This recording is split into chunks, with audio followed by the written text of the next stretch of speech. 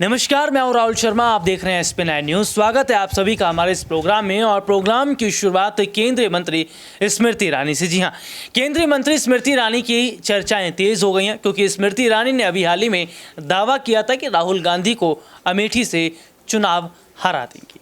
क्या वाकई राहुल गांधी को अमेठी से चुनाव हरा पाएंगी स्मृति ईरानी? ये एक सबसे बड़ा मुद्दा है, लेकिन सवाल ये भी है कि मोदी मंत्रिमंडल में अभी कई बड़े फेरबदल होने वाले हैं। जी हाँ, खबरें लगातार सामने आ रही हैं कि मोदी मंत्रिमंडल में होने वाले फेरबदल को लेकर कई चर्चाएं हो रही हैं। माना जा रहा है कई नेताओं का नाम शॉर्टलिस्ट किया जा सकता है, यानी कि उन्हें मंत्रिमंडल से बाहर किया जा सकता है।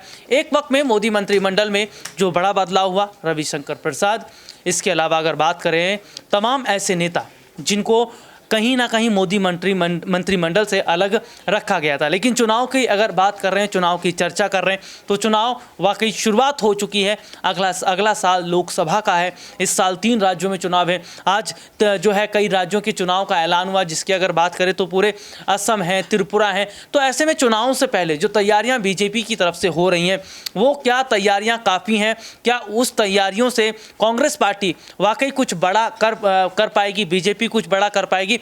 ऋतिक मेरे साथ, मेरे सहयोगी मौजूद है। ऋतिक, बहुत बहुत स्वागत है सबसे पहले तो आपका। और मेरा पहला सवाल रहेगा, केंद्रीय मंत्री स्मृति ईरानी इन दिनों कई वजहों से चर्चाओं में हैं, क्योंकि काफ़ी सुर्खियां रही हैं उनको लेकर, और बाकायदा प्रचार प्रसार में भी बीजेपी ने उनको उतना नहीं उतारा। तो क्या लग रहा है इस बार स्मृति ईरानी ने जो बड़ा दावा अमेठी से किया है राहुल गांधी को हराने का, गांधी परिवार को चुनौती दे पाने का, क्या वो वाकई हो पाएगा या फिर वाकई खोखले दावे हैं? देखिए, स्मृति ईरानी का जिक्र कर रहे हैं। स्मृति ईरानी लगातार जो है डर से भाग रही हैं। सबसे बड़ी बात यह है कि स्मृति ईरानी ने जब राहुल गांधी को चुनौती दी, उन्होंने स्वीकार किया। उन्होंने मना कब किया? राहुल गांधी ने कब मना किया ये बताइए। अजय राय ने भी ये कहा था कि राहुल गांधी से बात करेंगे, और राहुल गांधी ये कहते नजर आए कि जहां से चुनाव लड़वाएंगे हम वहां से लड़ने के लिए तैयार हैं। यहां पर स्मृति ईरानी को भारत जोड़ो यात्रा में न्योता दिया गया। भारत जोड़ो यात्रा में न्योता देने के बाद भी स्मृति ईरानी भारत जोड़ो यात्रा में शामिल नहीं होती हैं।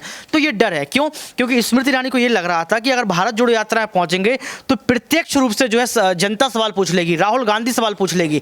और सबसे बड़ी बात है कि स्मृति ईरानी अपने खोखले वादे के लिए जानी जाती हैं। आपको याद होगा कि 2014 के पहले सिलेंडर को लेकर सड़कों पर आती थी, कहती थी कि 400 रुपये का सिलेंडर महंगा है। तस्वीरें आपने उनकी देखोगी वायरल की हैं। जब आपको 400 रुपये का सिलेंडर महंगा लगता था तब आप सड़कों पर रहती थी, लेकिन आज जब 1225 रुपये का सिलेंडर है तो आप किचन की फोटो डालती हैं। तो उन गरीब लोगों का क्या जिनके घर में आज सिलेंडर नहीं जल रहा है? उन गरीब लोगों का क्या जिनके घर में आज खाना नहीं बन पाता है? तो कहीं ना कहीं ये खोखलेबाजी है, जुमलेबाजी है, जो तस्वीर साफ नजर आई है। और मुझे ये लगता है कि आने वाले वक्त में कहीं अमेठी जो है से चुनाव लड़ने के लिए कहीं स्मृति ईरानी ना भाग जाएं। अच्छा ऋतिक, आपने मुद्दों का जिक्र किया, और वाकई ये ऐसे मुद्दे हैं जो आज के वक्त में उठाए जाने सत्ता पक्ष की तरफ से जरूरी है। लेकिन क्या वजह है कि 2014 से पहले ही इन मुद्दों पर स्मृति ईरानी ने जोर दिया, और सत्ता में आने के बाद या मंत्री पद संभालने के बाद वो इन मुद्दों को कहीं ना कहीं भूल सी गई हैं? देखिए, कुर्सी का खेल होता है। सत्ता के खेल के लिए कुर्सी मेन रखी जाती है। जब कुर्सी मिलती है तो आदमी भूल जाता है कि क्या चल रहा है। सबसे बड़ी बात यह कि उस समय उतनी हाईलाइट हुई, महिलाओं के लिए आवाज़ खड़ी की कि ऐसा लग रहा था कि अब स्मृति ईरानी जो है देश की प्रधानमंत्री बन जाएंगी। इस तरीके का प्रोटेस्ट किया। अब पुलिस प्रशासन भी उनको नहीं रोक पाता था, पुलिस प्रशासन से वो लड़ जाती थी।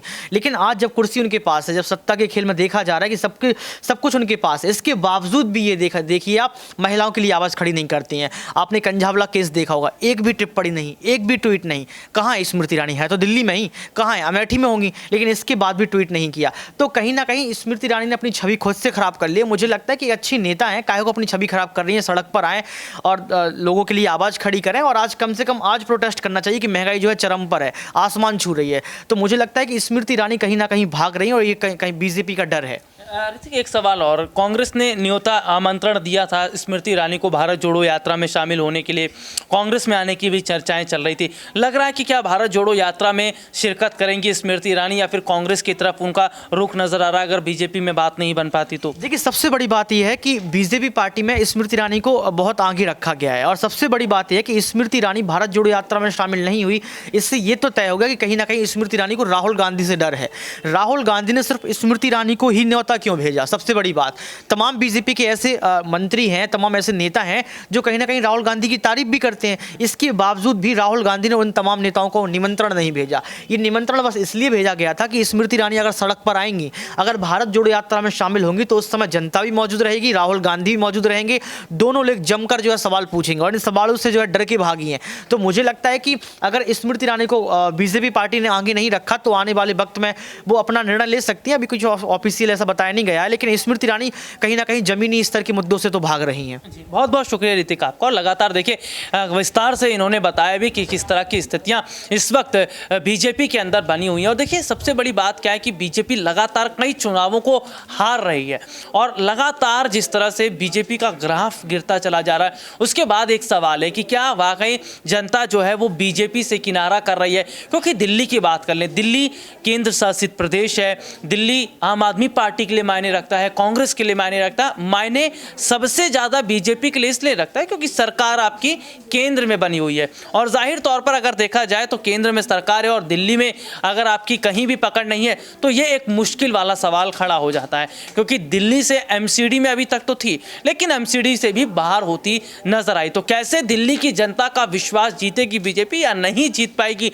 ये एक बड़ा सवाल तो है ही। लेकिन लगातार क्या वजह है कि जनता ने बीजेपी को नकारना शुरू कर दिया, या 2014 के बाद से देखिए 19 के बाद से देखना शुरू कर दें तो ग्राफ जो है देखिए 2014 से 19 तक में देखिए लगातार चर्चा केवल यही हो रही थी, मोदी जी और बीजेपी। लेकिन 2019 के बाद धीरे धीरे हमने देखा कि बदलाव दिखता नजर आया, जनता चीज़ों को समझने लग गई और कुछ महीनों के अंदर ही बदलाव शुरू हो गया। दिल्ली में सबसे बड़ा बदलाव एमसीडी से बीजेपी को बड़ा झटका लगा। 100 सीटें भी बहुत मुश्किल से लेकर आई, जहां 130 सीटें रही है आम आदमी पार्टी की। तो ये लगातार देखा जा रहा है कि आम आदमी पार्टी का ग्राफ बढ़ रहा है। पहले दिल्ली में विधानसभा चुनाव जीते, मुख्यमंत्री बन गए अरविंद केजरीवाल, पंजाब में नई शुरुआत की, वहां पर सरकार बना ली गई और दिल्ली में एमसीडी में एक बड़ी जीत है। तो लगातार देखा जा रहा है कि आम आदमी पार्टी धीरे धीरे जिस तरह से विस्तार करती चली जा रही है, ये कांग्रेस के लिए, बीजेपी के लिए एक सबसे बड़ा सबक है। एक अच्छी बात यह है कि एक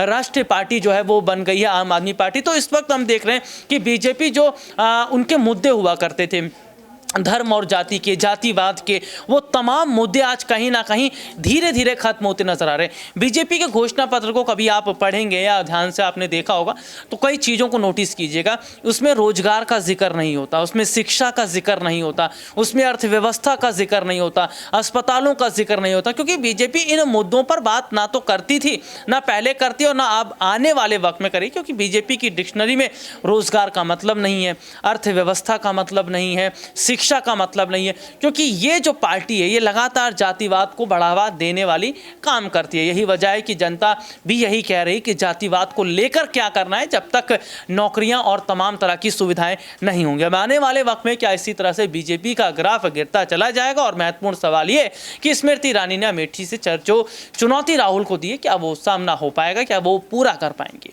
आज के लिए इतना ही, आपसे फिर दोबारा मुलाकात होगी, तब तक के लिए इजाजत दीजिए, नमस्कार।